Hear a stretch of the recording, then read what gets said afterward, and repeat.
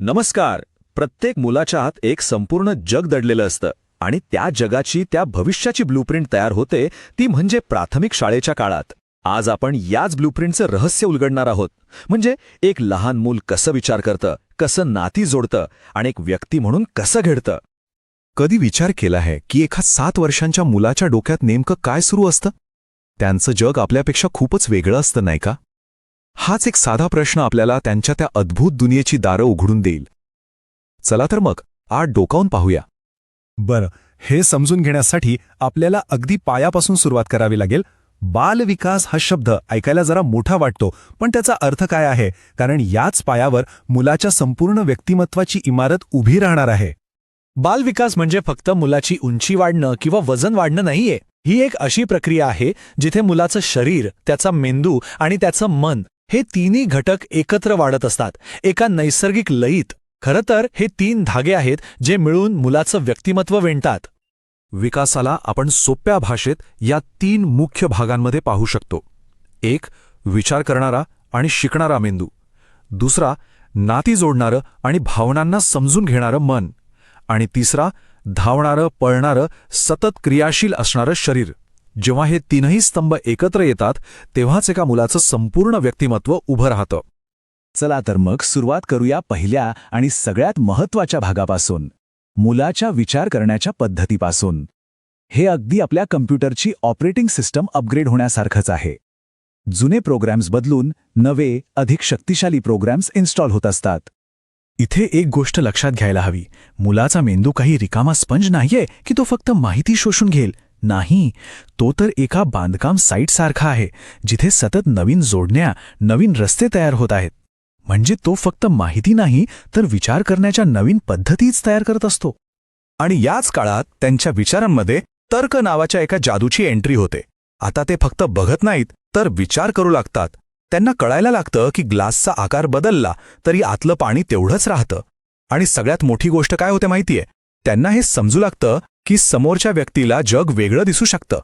त्यांच्या वैचारिक प्रवासातली ही एक खूप मोठी झेप आहे.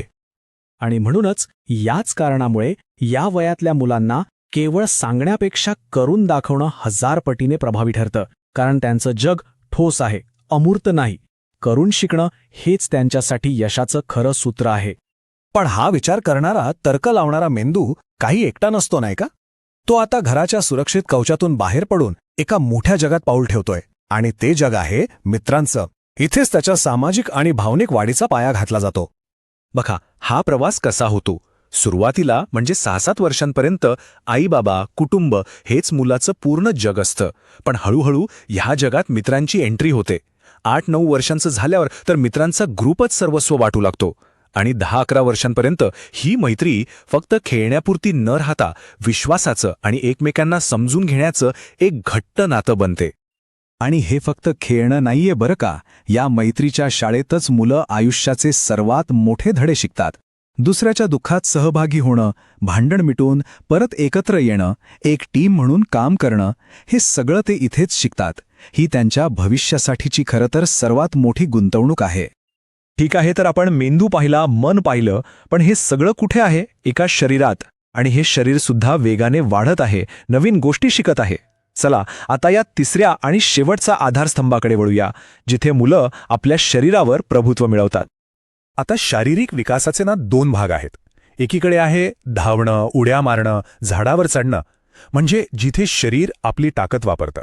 आणि दुसरीकडे पेन्सिलने चित्र काढणं किंवा बुटाची लेस बांधण्यासारखी नाजूक कामं, जिथे बोटं आपली जादू दाखवतात. या दोन्ही पातळ्यांवर मुलं खूप वेगाने प्रगती करत असतात. पण सगळ्यात महत्त्वाची गोष्ट काय माहितीये? शारीरिक विकास एकटा होत नाही. जेव्हा मूल पहिल्यांदा सायकल चालवायला शिकतं तेव्हा फक्त त्याचे पायच मजबूत होत नाहीत, तर त्याचा आत्मविश्वास आभाळाला भिडतो. आणि हाच आत्मविश्वास त्याला वर्गात हात वर करून उत्तर द्यायला बळ देतो. म्हणजे एक सक्रिय शरीर आणि एक सक्रिय मन हे एकमेकांशी घट्ट जोडलेले आहेत. आतापर्यंत आपण 3 वेगवेगळे तुकडे पाहिले, बरोबर? विचार करणारा मेंदू, भावनाप्रधान मन आणि सक्रिय शरीर. आता या शेवटच्या भागात आपण हे सगळे तुकडे एकत्र जोडून पाहूया. कारण मुलाचं खरं चित्र तेव्हाच पूर्ण होतं जेव्हा आपण या सगळ्यांकडे एकत्र पाहतो. हे 3ही स्तंभ काही वेगळे नाहीत, तर ते एकाच धाग्याने विणलेले आहेत. म्हणजे एका धाग्याला जर ओढ लागली तर त्याचा ताण बाकीच्या धाग्यांवरही येतो. म्हणून मुलाकडे बघताना केवळ त्याच्या अभ्यासाकडे किंवा खेळाकडे बघून चालत नाही, तर त्याच्या संपूर्ण व्यक्तिमत्वाकडे पाहणं गरजेचं आहे. हे अगदी डॉमिनो इफेक्ट सारखं आहे. कल्पना करा, एका मुलाला खेळात सतत अपयश येतंय. हा पहिला डॉमिनो पडला. यामुळे काय होतं? त्याचा आत्मविश्वास कमी होतो. हा दुसरा डॉमिनो. मग तो मित्रांमध्ये मिसळायला टाळतो. हा तिसरा डॉमिनो. आणि अखेरीस त्याचा परिणाम त्याच्या वर्गातल्या कामगिरीवर होतो. हा चौथा डॉमिनो. पाहिलं सगळं कसं एकमेकांशी जोडलेलं आहे. तर मग मुलांच्या विकासाची ही ब्लूप्रिंट समजल्यावर आपल्यासाठी काय बदलतं? पुढच्या वेळी जेव्हा आपण एखाद्या मुलाच्या यशाचं कौतुक करू किंवा त्याच्या अडचणी समजून घेऊ, तेव्हा आपण फक्त वरवरच्या गोष्टी पाहणार की त्यामागचे हे तिन्ही धागे ओळखणार? हा दृष्टिकोनच कदाचित सगळं काही बदलू शकतो, नाही का?